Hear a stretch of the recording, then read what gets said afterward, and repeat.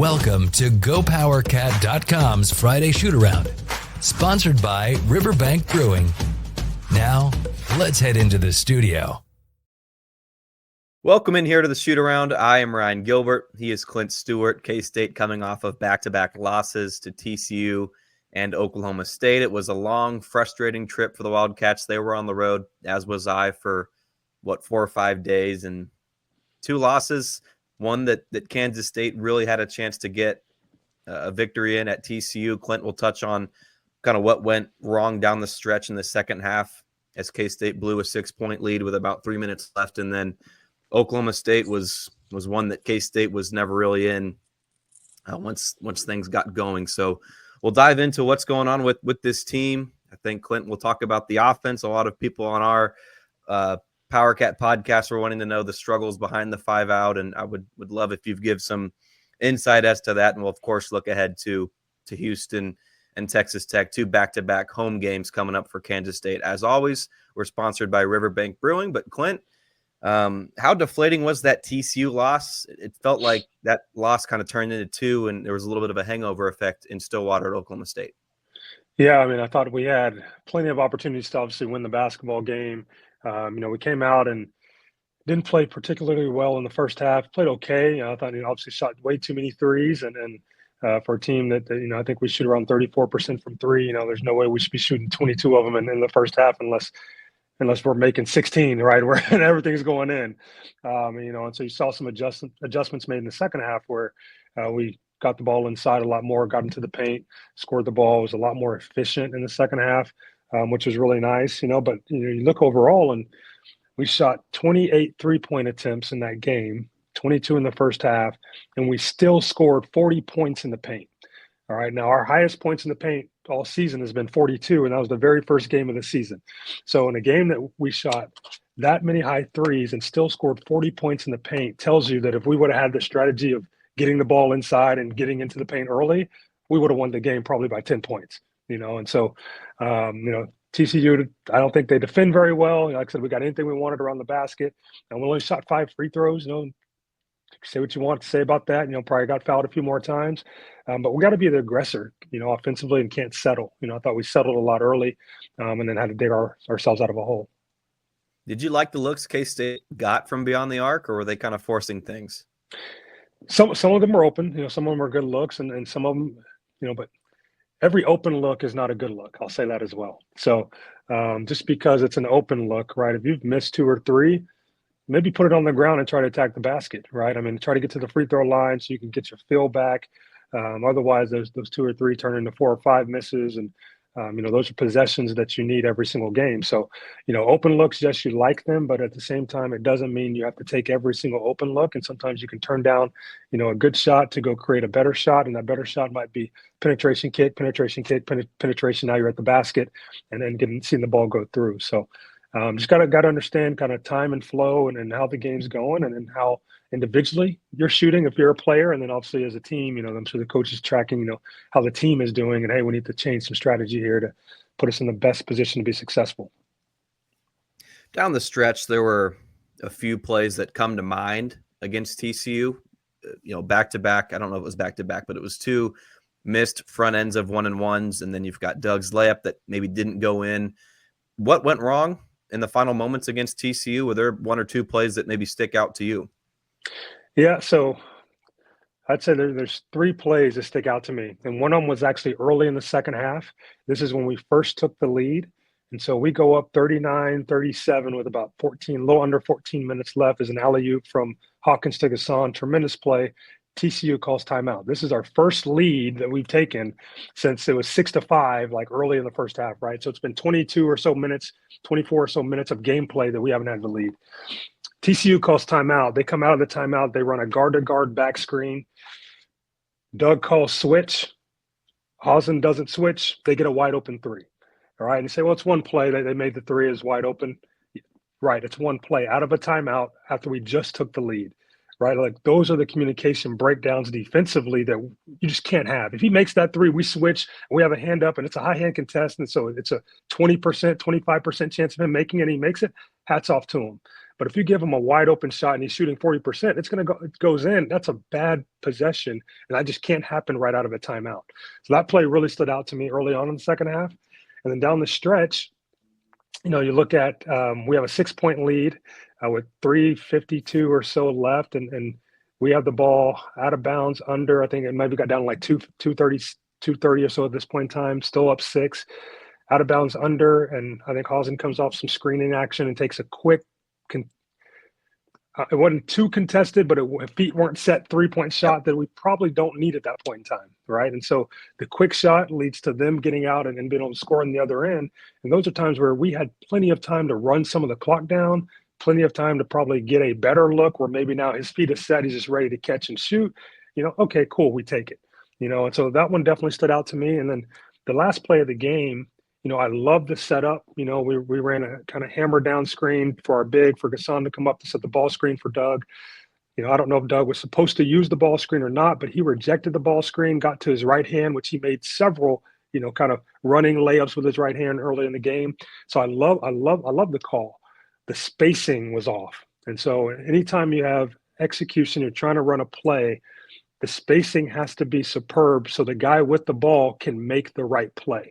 And that play might be for him or it might be for someone else. But I thought our guard in the corner, Max, kind of rose up the floor too early. So then his guy was in the driving lane, which had made Doug have to pick it up a little bit early. And just that little bit of like thinking that he had to do that he shouldn't have to think about can throw off his attempt at the basket, right? And so if Max stays in the corner, now his guy has to flatten out, and now Doug can clearly see. If he helps in, cool, penetration kick. We're living with Max, wide open shot for the win. If he stays out, Doug has an easy chance to be able to make the layup. And so spacing and execution on both sides of the floor have to be better. Anything else from that TCU game specifically? I know there's not a whole lot that maybe we can get into with Oklahoma State. That one was dominant from start to finish from the Cowboys. Anything else from Fort Worth?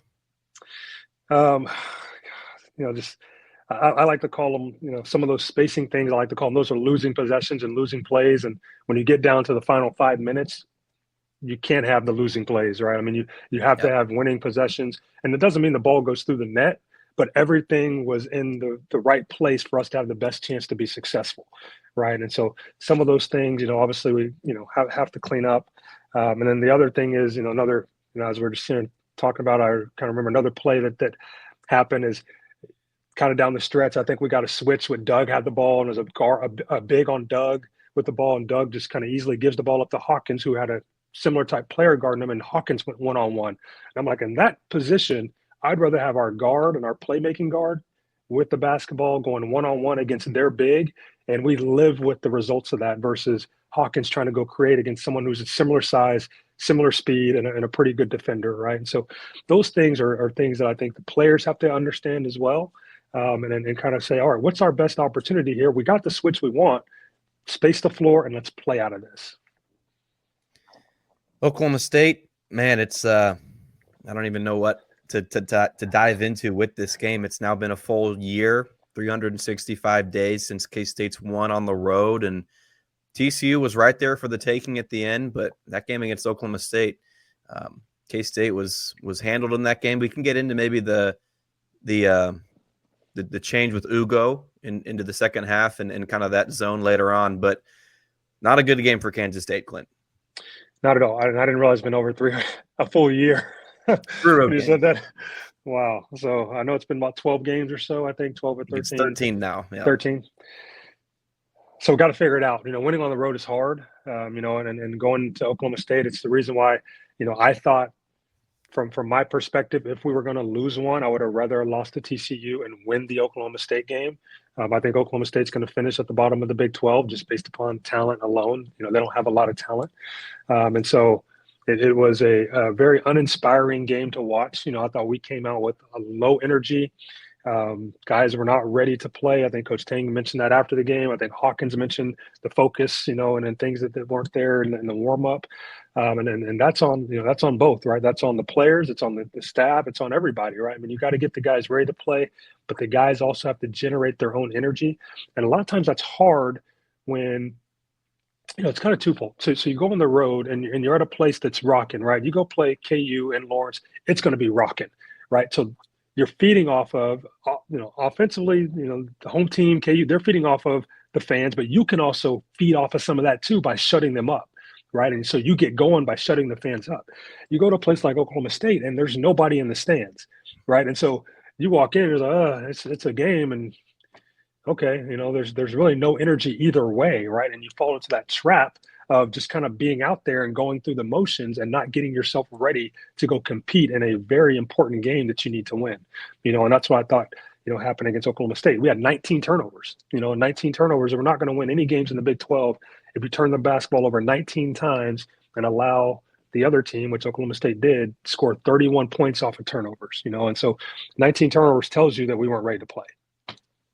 Yeah, don't take my word for it. Don't take Clint's word for it. Coleman Hawkins, when he's mentioning that in the postgame presser about the effort and the energy that you need from your team, that kind of tells you all you need to know about, I wouldn't say the hangover, but, if K-State loses by 20 at TCU, maybe they come out with more fire at Oklahoma State. But to come up just short and have that lead and blow it in TCU, I think K-State kind of let that one linger in the Stillwater.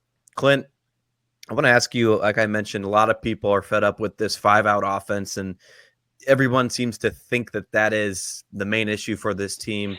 I disagree. Where do you rank, I guess, in terms of the struggles that's globally going on with Kansas State basketball right now? Where does that 5-out offense rank? It's definitely not near the top of the list, is it? Well, I don't think it's near the top. But I do think there is a struggle in identity. And a lot of times the 5-out offense, if you don't have it clearly defined, as I've mentioned before, with who the ball needs to run through, what guys' roles are, then there's struggle in the 5-out offense because it's very flexible and open for like everyone to kind of have opportunity, right? And so when you have multiple guys that can make plays, everyone touches the ball, it looks great. And everyone can kind of drive it and do certain things. And they know how to play off of each other within the 5-out offense because there's probably been some, several years of playing it together, right? And so, things can look really well. I do think, though, for teams that, maybe aren't used to playing together and there is some kind of, it's almost like a power struggle and who should be shooting what shots and who shouldn't be shooting, who should be getting the ball, when should these players look for opportunity versus when should they kind of defer. A lot of times in a more continuity of like a motion that's a ball screening type motion or a Princeton type of offense where you're utilizing more screening action and back cuts and it's like a little bit more structured can help players understand like what they should be doing, right? And so I think right now, I think we really could go either way, but I do think sticking in the 5-out offense, our guys have to become very selfless and realize this isn't about me, and if the guys can understand that and understand, make the right play and make the play for the next person, then things can work really well. Or there has to be a little bit more structure in we're 5-out, but the ball's going to flow through this type of action, right? And so the action is ball screen, roll, fill from the corner. We don't have it, reverse it, maybe cut through, ball screen, roll. And so the guys kind of know that it's more of like a continuity 5-out. That's the offense, and that's how it rolls.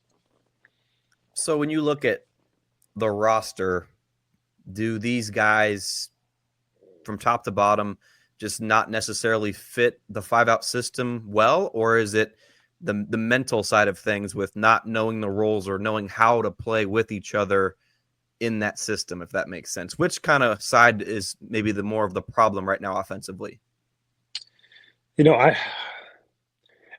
I wonder if any of them have ever played the 5-out offense, to be honest with you, because the spacing in it right now, a lot of times the spacing is just way off. I mean, there's several times where, even in the ball screen action, like Doug's trying to come off the ball screen and our guard is not in the corners where they need to be. They're up the floor, which if there's no spacing, I mean, that's what the 5-out offense is made for, to bring space to the floor, stretch the defense, which allows for driving angles to get to the rim, right? Allows to put pressure on the rim through that. And then if you have bigs, they can step out and shoot it as Hawkins can. Guess what? That puts pressure on their bigs of getting them out of the paint, right? Which makes it easier for the guards, but the guards have to be selfless and understanding that their opportunity is to get downhill to make a play for someone else and not for themselves. And I think right now a lot of guys are kind of looking for the ball first instead of looking to get to their spacing where the ball will find them naturally because the spacing is right. And so that's probably, what I see in the games, and then just kind of watching. I mean, I couldn't count how many times, down the court on the offensive side where I'm just looking at the spacing and I'm like, we have a very limited chance of scoring the ball just based on spacing alone. And so I think that has to get better. If the guys can understand that and kind of get that in their head, then it can be great for us. But if they can't, then we'll see the struggles in trying to score the basketball just because there's no opportunity to score the basketball. It's going to be tough shots, if there's no spacing to drive it. We'll wrap up the first half here before we take a break. Clint, would you – I don't want to put you on the spot. So do you think, Tang, do you think K-State kind of keeps this 5-out system moving forward, or do you think that – maybe not right now, mid-season, you can't really do that, make a wholesale change like that. But maybe next season, do you think that this is something they keep going on with, or do you think they move on and go to a different offensive system, so to speak? Well, it's all based on personnel, right? And so the hard part in today's collegiate atmosphere is you don't know who's going to be on the team next year, right? And you don't know what the personnel is going to be next year, how many guys are coming back, how many aren't, how many guys you're going to be bringing in. And it's a different landscape than what it used to be. And so I think it can all change, but I do want to go back because you said that, you really can't change it up at this point in time of the year, but I think you can. I think if you need to, I think you can, and you can put certain nuances within what you've already taught to help the players get a better grasp of how we're going to be successful in the offense. And so it doesn't mean that you have to do a wholesale, hey, we got to sell this offense and start over from, complete bottom, right, and scratch it all. But I do think you can make certain adjustments within the 5-out, right, and maybe even within the 5-out, you're dropping someone like Gasson, who scores the basketball really well around the rim. I mean, he's top 8 in field goal percentage, 66%, because he's around the rim a lot, right? Where you drop him into a dunker spot more closer to the rim, more often, which then allows your guards to even have a little bit better space, because now there's kind of 4 out on the perimeters. But then Gasson can still step out if you give him certain parameters on when to step out and make the team understand this is why he's stepping out. And when he does that, here's the different looks that you're going to get out of that. And so you can make certain changes. You also can run a few more sets to then flow into that 5-out offense that I think can probably help some of that as well. Clint, I appreciate your insight. I certainly learned a lot from the last 5 minutes from you, and I know a lot of our listeners were anxious to kind of hear some thoughts on the 5-out system. So we'll take a quick break here, and we'll be right back here on the Shoot Around. It's time to take a break for our sponsors. We'll be back with more from GoPowerCat.com. Nestled in the heart of beautiful and historic Council Grove, Kansas, Riverbank Brewing is the perfect place to stop before or after the game. Riverbank Brewing, located in downtown Council Grove.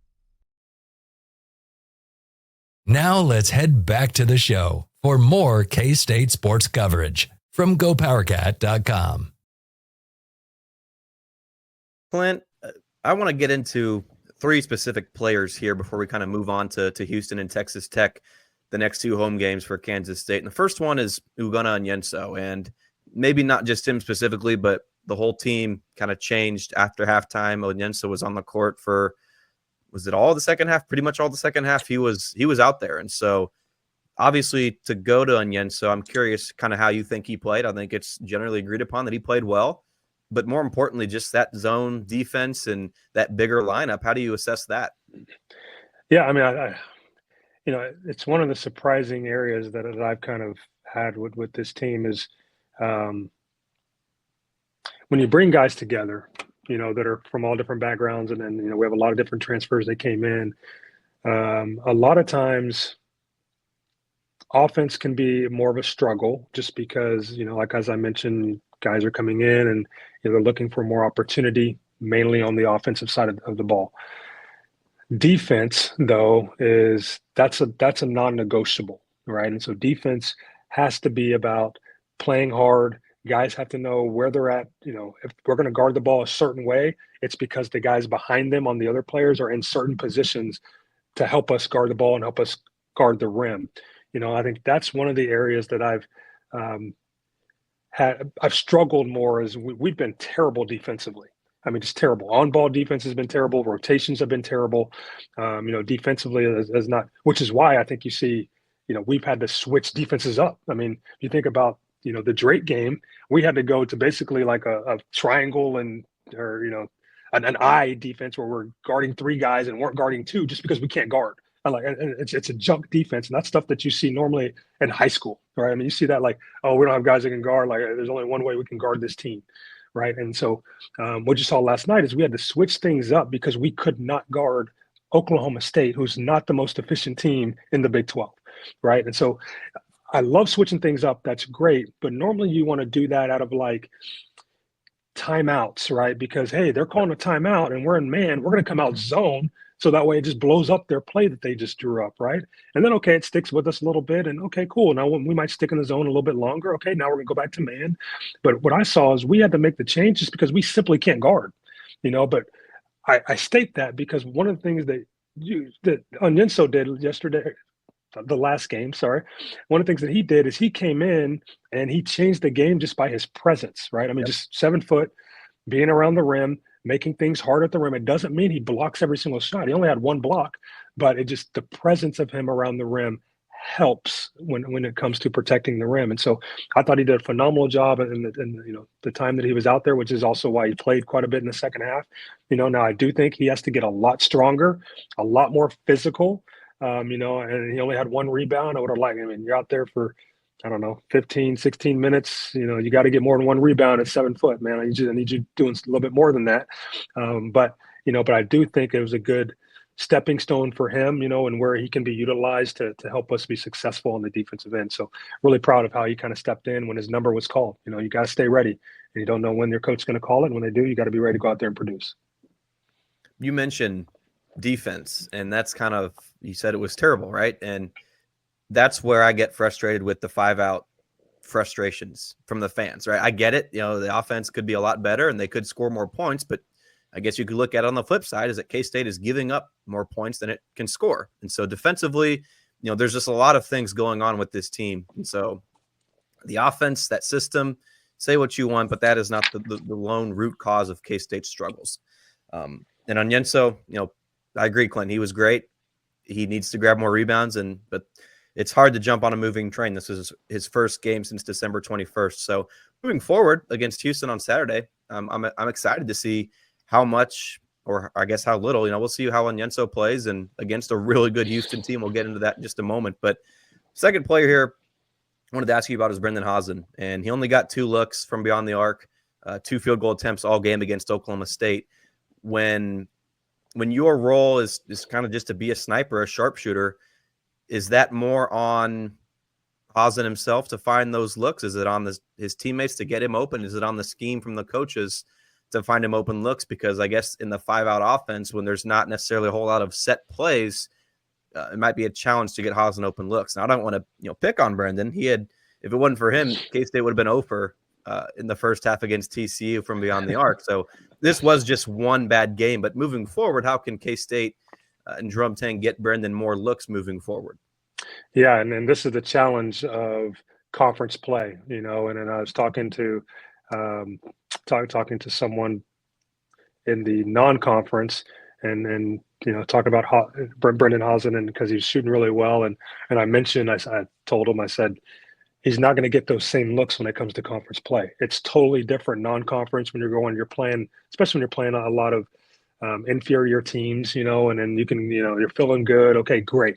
When you get into the Big 12 conference, they're going to know what you're trying to do. They're going to know you're a shooter. They're going to have an athletic guy on you, and they're going to say, hey, don't leave him, right? And so now it becomes more of a challenge to get him opportunities to get good looks. And then as a player, if you're, you know, Hazen, which is probably why he shot, you know, what I thought was a bad shot against TCU down the stretch, is you start hunting looks because you don't get them, right? Like, I got to hunt, right? And then that's when you see guys that can shoot really well, and all of a sudden the percentage like drops. Like, what happened? Well, they started hunting, right? And that's on everybody. So a couple things that K-State has to do. One, yes, you have to run some set plays for him, but you also have to utilize his shooting to get someone else open.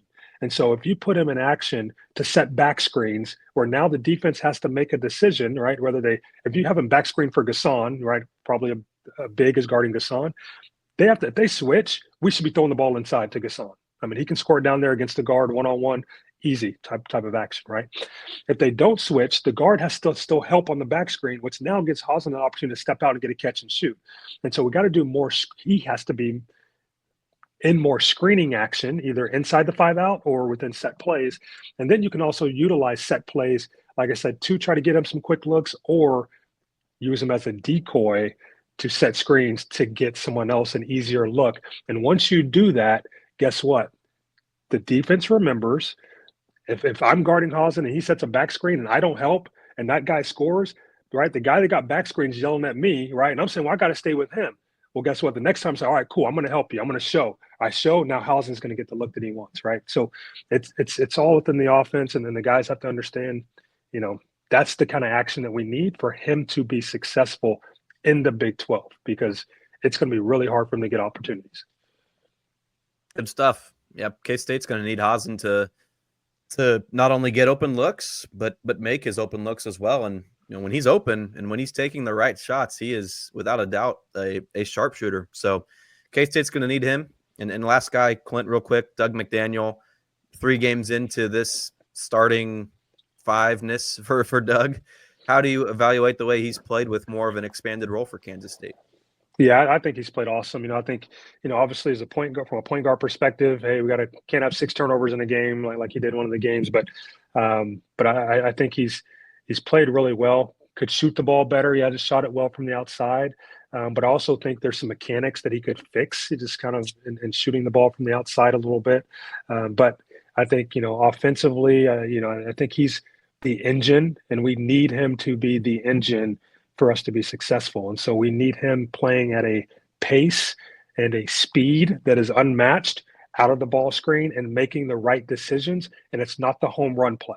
We don't need the home run play. You might get that once a game, once every 2 games. We need the simple plays, the simple reads to help us be more efficient on the offensive side. And so, when he does that, he looks really good. He obviously can create. He's been finishing, at his size, to be able to get in there and shoot some of the shots that he's shooting, especially get into his right hand and then throwing it up over the bigs has been phenomenal. And so, we're going to need him to play really, really well, especially in these next 2 games, which are going to be very tough. Houston, without a doubt, one of the best teams in the nation. Not going to be easy, Clint. What does K-State need to do, and what's your scouting report on the Cougars? Yeah, so I wrote down some numbers here because Houston's really, really good. And they always are. Coach Sampson does a tremendous job. If you want to talk about one of the old school hard-nosed coaches, it's Coach Sampson. I mean, he takes no nonsense. We're going to play this way defensively, and if you don't want to play that way, come sit your butt on the bench. And so he's a tough person to play for, but that's also what, if you get the right players that have the right mindset, that are tough-minded, they love it, right? And that's how Coach Huggins was when I played for him. Everything was about defense, and either you're going to do this or you don't, and you can make that choice. Just understand, if you don't, you're sitting over here next to me, and it's not very fun for you, And so they are the number 1 scoring defense, so they hold opponents to 54 points per game, and just to kind of put that into perspective, the number 2 scoring team is 3 points higher than they are at 57. Wow. And so, and then from there, from like 2 to 10 or 2 to 8, it's like another 3 points. So they're in a pack by themselves. It's Houston, and then it's kind of a next tier of teams. And then, you kind of move on after that.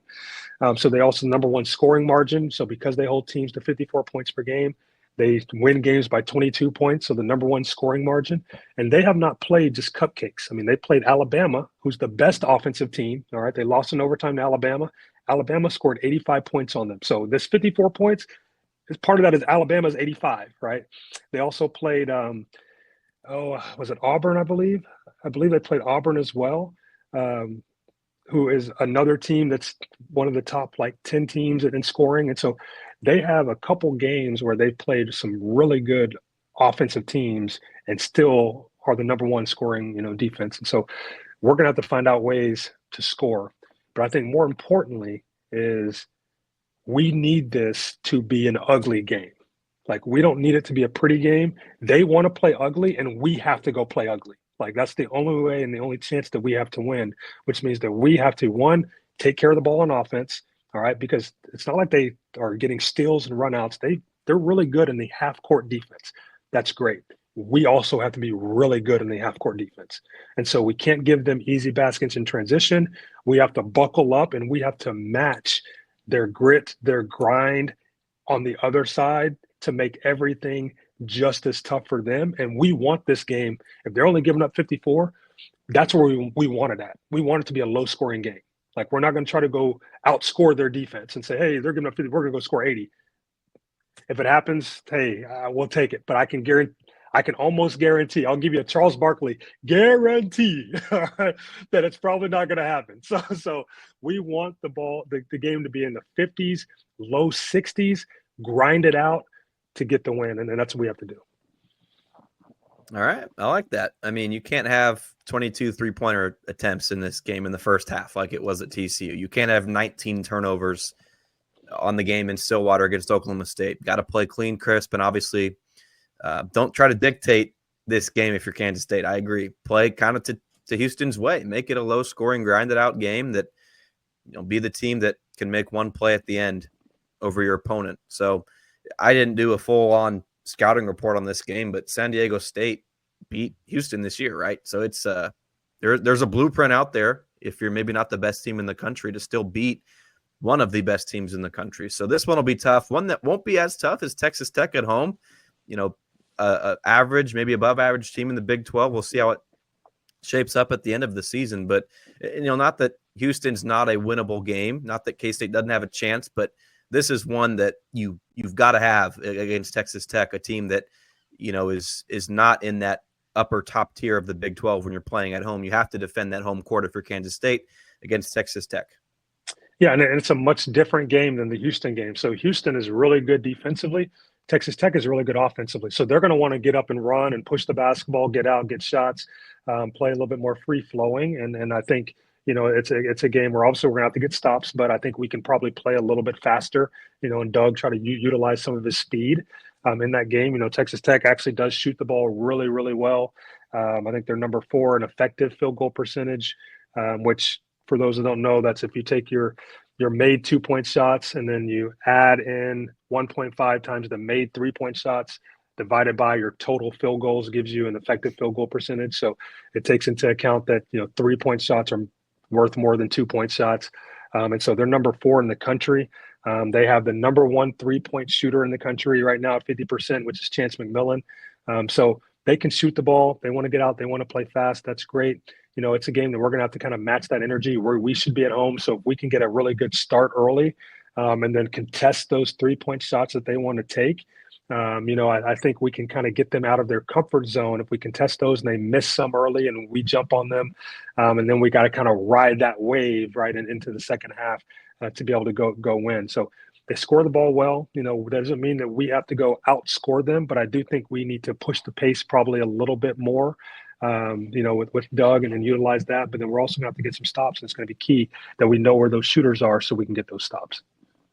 These two games are a great example of how different each and every Big 12 game can be. Against Houston, slow it down and grind it out. And then against Texas Tech, just go out and play. And, K-State's coaching staff, I'm sure, is embracing the upcoming challenge, 2 games at home. And, Jerome Tang said that it's about winning on, protecting your home court and then stealing a few on the road. K-State had a chance against TCU to do that. But now, they are 1-0 at home. Say what you want about the rest of the year. In Big 12 play, K-State's been perfect. And so defending your home court is key. Clint, I'll wrap it up with this. I want to ask you, after that Oklahoma State loss, I'm sure that's a frustrating one for players, coaches, all of the above. And Coleman Hawkins' comments are kind of evident of that. Is it more on, K-State's 7-7 on the year, right? They're 1-2. Things have to change. Is this more on the players? Is it more on your leaders like Coleman Hawkins or, David Gasson, whoever that may be, to rally the troops and say, guys, we've got to get this turned around? Or is this on the coaching staff to make those schematic changes? I know it's a little bit of both, but is there one that's maybe more important in your eyes, Clint? There has to be a leader. And the problem as coaches, practice comes. more so than not, right? The coaches are the loudest ones in the gym, and you try to get your players to speak up and be loud. And there's some practices where, hey, you leave practice like, hey, that was really, they were loud, they were energized, they were great.